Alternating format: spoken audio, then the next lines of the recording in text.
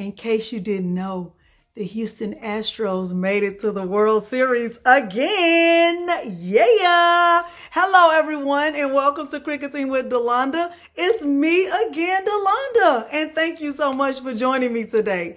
In today's tutorial, we are making a new shirt to represent the Houston Astros. Now, you might be saying, I don't want to represent the Houston Astros. Well, that's neither here nor there, because you can make your shirt to represent any team you want to. But of course, I'm going to make mine to represent the Houston Astros because I live in Houston, Texas. Last year, I made a shirt just like this to represent the Houston Astros. And this year, we're making somewhat of a similar design, but just a little bit different. I'm going to show you the font that I downloaded, that I purchased from Design Bundles, and I'm going to show you all of the materials that I'm using for this process. Now, you will need to know how to access the character map UWP, and you'll need to know how to use the character map UWP because it changed a little bit with the updates in Cricut Design Space. But don't worry about that. I'm going to show you that once we get to Cricut Design Space. At the end of this video, if you find this tutorial helpful, please consider liking the video, subscribing to my channel, and turning on the bell for notifications because I do upload new content every single week. Now, without further ado, let's look at the materials that you'll need for this process and the font that you'll need in order to make your shirt or your design just like mine. You ready? Let's get started. The materials I'm going to use for this project include these tea sprinkles. I purchased these from Etsy. I used ultramarine blue and orange. I'm using a black 100% cotton shirt. I'm using my pen weeding tool that I purchased from 143 Vinyl. I'm using orange, white, and blue heat transfer vinyl, just 3 different colors. I'm using my Cricut Maker. However, you could use any cutting machine. I'm using parchment paper for the layering. I'm using a green standard grip mat for my vinyl. The font that I'm using came from designbundles.net. So we will head over to the designbundles.net website so that I can show you the font that we'll be using. The font that I'm using is one that is called Boston. I purchased it from designbundles.net. As you can see, I've already purchased it and I've actually already downloaded this font. It's currently on sale for $18. And I know that's a bit pricey. However, you are welcome to use my discount code, which is Delonda10, to save 10% off your purchase of this font. It does come in multiple options and multiple layers. And I'm going to show you how I plan to use it for my Astros shirt. Okay, so now that we see the font, you will have to download it and then extract it. The next thing I'm going to do is head on over to Cricut Design Space. I am in Cricut Design Space and I'm connected to the Cricut Maker. I am using the beta version of Cricut Design Space, version 7.20.86. The first thing I'm going to do is grab a text box and I'm going to type the word Astros. The next thing I'm going to do is go to the top of the screen where I'm hovering, and I'm going to change my font from a Cricut font to a system font. I'm using the one that's called Boston. I'm typing in the word Boston, and I'm going to do a search, and there's the font. So once I select that font, it changes my word Astros to look like the Boston font. And I'm going to make this a little bit bigger so that I can just have a good view of how all of the letters look as I start to work with them. The next thing I'm going to do is I am going to go to the character map UWP, which is already downloaded on my computer. I'm going to select it at the bottom of my screen. And as you can see, the Boston font is already pulled up. And there are 304 characters in this layer of that font. I am going to select, I have different options of glyphs that I can add to the letter S. I am going to add the one that looks like this.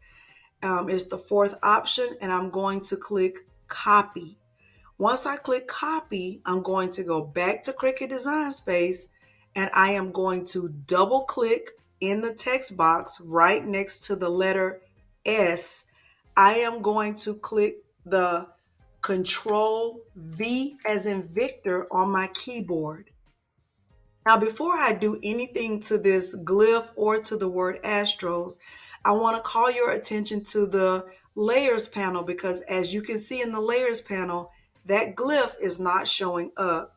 In order to work with that glyph and make sure I get it connected to the S, I am going to have to go over to the layers panel and ungroup the word Astros. Now you see the glyph right there at the top. Because my letters and my glyph, it is all ungrouped, I can work with each of these letters and the glyph individually. What I want to do with the glyph is connect it to the letter S, and I also want to make it a little bit bigger because I want it to be more aligned to the letter A. So I'm going to just stretch it out a little bit more, just like this. Okay. Now what I also want to do is make that the A a little bit bigger. So I'm going to just kind of stretch it out a little bit more because I want it to be very pronounced, and I'm going to scoot it over just a little bit. Now I can see that the A is not connected to the S, and I'm okay with that. But I do want this S to be connected to the T. So I'm going to move it with my keyboard. I'm going to use the right arrow key on my keyboard to just move it over just a little bit so that it's touching that letter T. Okay. I'm going to move it up just a little bit also. Okay. And I think this looks really good. Right. So the next thing I'm going to do, and now this is where I am loving the new features that come with the beta version. I am going to select the whole word and the glyph, and I'm going to come down here to the bottom right of my screen, and I'm going to go to the combine option. And instead of welding this, I am going to unite this. So what I'm doing is uniting the glyph to that S at the end, and you can see it's smooth and there are no cut lines. And I'm welding all of this together. But the good thing or the benefit of using the unite feature is that if I wanted to make this glyph even bigger, I still have the option to do that, because unite still gives me the ability to make my individual parts of my word or my image, I can move them just the way that I want to. So at first I was wondering how would I use Unite, but I'm so glad that we have that option now, because I'm not stuck with my word being welded. Okay, so I like the way this looks. Now what I'm going to do is select the whole word, and I am going to add an offset to this. Well, before I do that, I'm going to change the word to this color blue. And I am going to select the word now, and I'm going to add an offset. Now that offset is a little bit too big for my taste. I am going to bring it down to, let me see. I think I want to bring it down to 0.139. I like that, and I'm going to click apply, and I'm going to change the color of the offset to orange. Okay, and I think I like this. I think I like that one. That's fine. And then I'm going to select this again. Now my first offset was at 0.139. What I'm going to do is select the whole word again, and I'm going to go to offset, and I'm going to have a bigger offset for my second offset. My second offset is going to be right at 0.153. And I'm going to click apply, and I want that offset to be white. Okay, now the color of my shirt is black. So let's see how this looks when I put it all together. So I'm going to go and grab a template right over here to the left, and I'm going to grab a classic t-shirt template. The size of my t-shirt is a men's short sleeve medium, and the color of my t-shirt is going to be black. So I'm going to take my whole word right here, it's not grouped, and I'm just going to just select it all together. And I think I want the width of my shirt to be right at 10.5. Okay, the width of my image. And I really, really, really love the way this looks all together. And I am ready to click make it. Now, typically, if I were going to be layering with glitter vinyl, I would do some slicing right here, but I'm not going to do that. I'm actually going to just layer my white layer down first, and then I'll put the orange layer on top of that. And then I'll put the blue layer directly on top of that. And since I'm using Caesar Easy Weed, I know that all of my vinyl is hot or cold peel, so I'm good with all of this. So now I am ready to click make it. Okay, so I should have 3 mats. I have a white mat, which will be my bottom layer. I am going to mirror this. I have my orange layer, which will be my second layer. I'm also going to mirror this. And then I have my third layer, or my top layer, which will be my blue layer. And I'm also going to mirror this. I want to bring this one down a little bit. Let me look at my orange. I think I want to bring that one down also. And just look at my white. I typically do this just in case there's a snag or anything. None of my vinyl gets cut. Okay, I'm going to click continue. Okay, and my computer is connecting to my Cricut Maker via Bluetooth.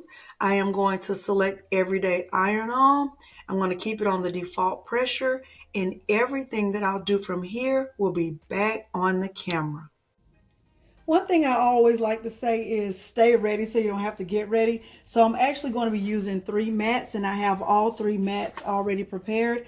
I have my white HTV, my orange HTV, and my blue HTV. So as soon as my white layer, my white HTV is finished cutting, I can go ahead and insert the orange and start weeding the white. That's kind of how I like to just be ready.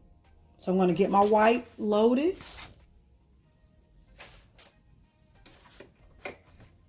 Okay.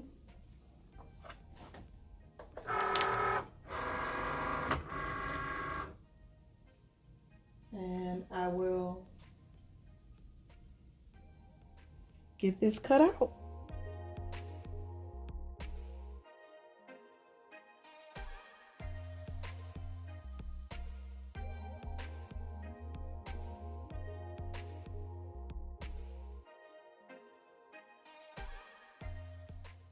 Okay, I have my heat press set to 305 degrees, and I have my shirt. I am going to fold it in half, and I am going to get a crease down the middle. Now, usually I speed all of this up. I'm not going to speed it up. I want you to see how I layer my vinyl in real time. So I'm not going to speed any of this up. Let me decrease. Okay, I usually speed this part up. I'm not going to speed it up. I'm going to get a crease down the middle. 5-second pre-press. So it's serving 2 purposes. All right. And I have a crease down the middle. Now I am going to grab my vinyl. I'm going to layer the white. I'm going to place the white layer on the shirt first. Please don't feel like I'm disconnecting from you when I turn my face towards my heat press. I'm still here. We're still together. I'm hugging you. It's a virtual hug. Okay, so I'm going to grab my white vinyl, and I am going to place it on the shirt first because that is the bottom layer.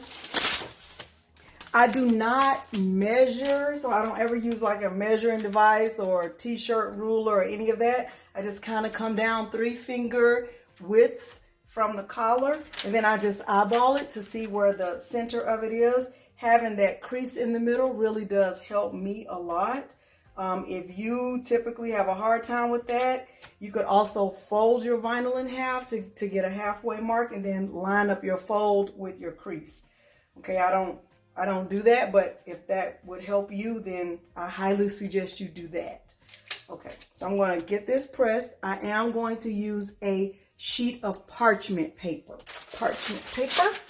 And I'm going to press this for 6 seconds. Normally I would be speeding this up. I'm not going to speed this up. Okay. Caesar is a hot or cold peel, which is one of the reasons why I love it so much. So it's already ready to be peeled. Perfect. Now let me get my orange layer. Here's my orange layer. I'm gonna just place it right on top of the white. I'm not gonna speed this up. I'm just tacking this down for 6 seconds. 305 degrees.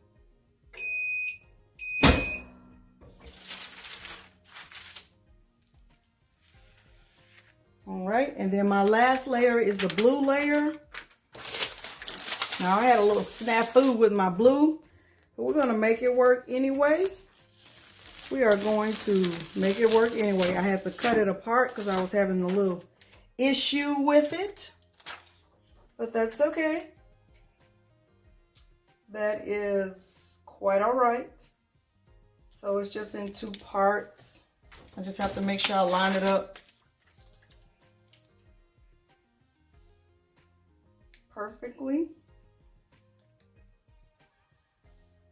And I have. It looks amazing. And I am going to press this for 15 seconds. So since this is my last layer, I'm going to press this one for 15 seconds. Keeping the same temperature.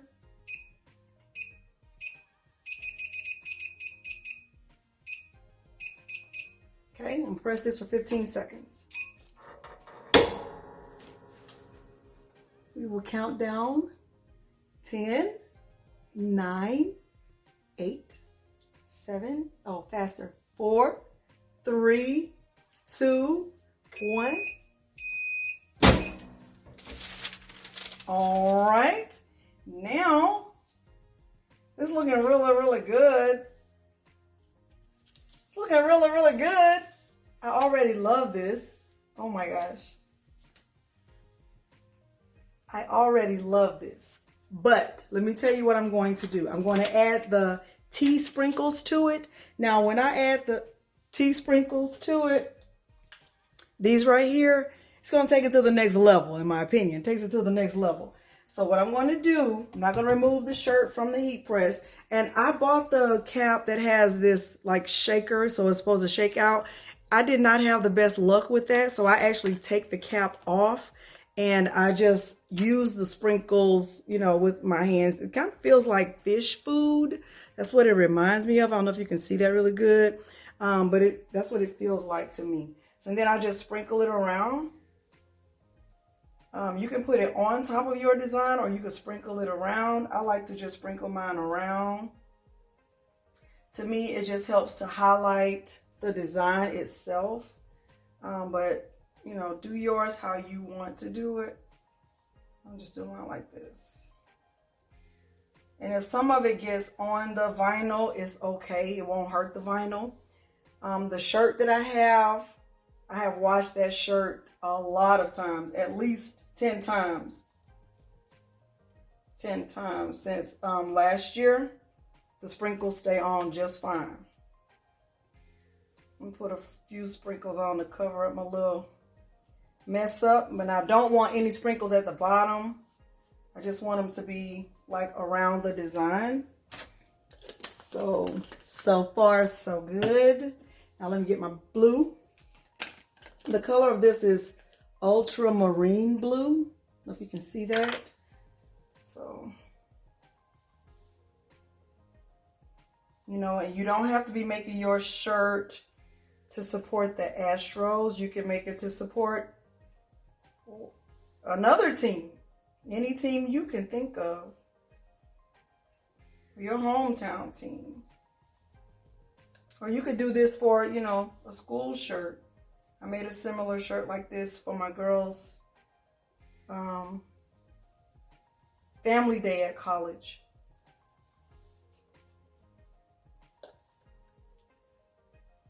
And you can, go heavy or go light. Totally up to you how you want to do yours. Okay, I kind of added a little bit too much blue.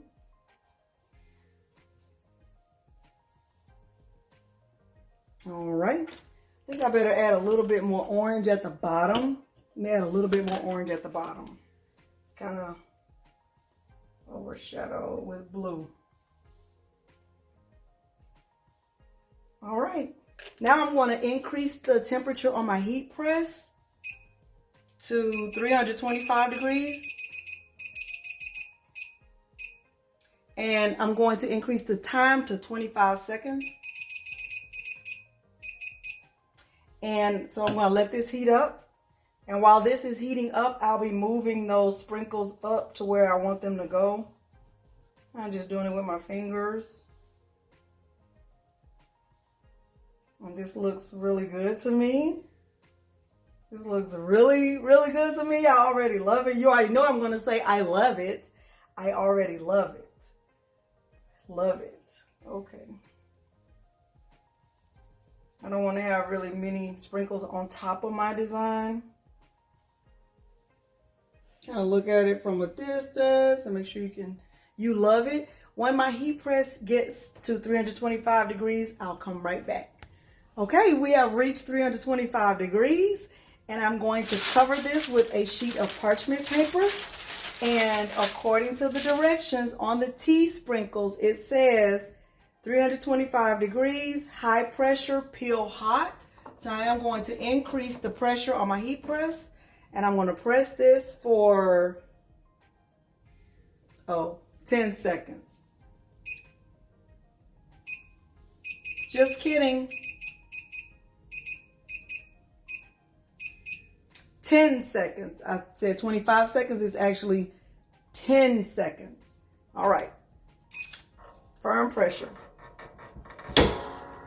Press it down. Let's do 10 seconds. See what it looks like. Ready? Okay. All right. Let's see. Ooh. Ooh, let me bring you closer. Let's see. Look at that. Ooh. You already know I'm going to say I love it. You already know what am I going to say. I love it. Okay. Why didn't y'all tell me I was sweating? Okay. I forgive you. So this was the shirt I made last year, and I love it. This is the shirt I made this year, and I love it. I love it on the black. I love that font. I love the tea sprinkles. I love everything about it. So I used the white layer at the bottom this time. On this one, I used the orange on the bottom, and I used glitter vinyl on the top. Which one is your favorite? Do you have a favorite? Do you like one more than the other, or do you like them equally? Tell me your thoughts. Leave me a comment below and let me know. If you found this tutorial helpful, please consider liking the video, subscribing to my channel, and turning on the bell for notifications, because I do upload new content every single week. Thank you so much for joining me today, and thanks for watching. Bye.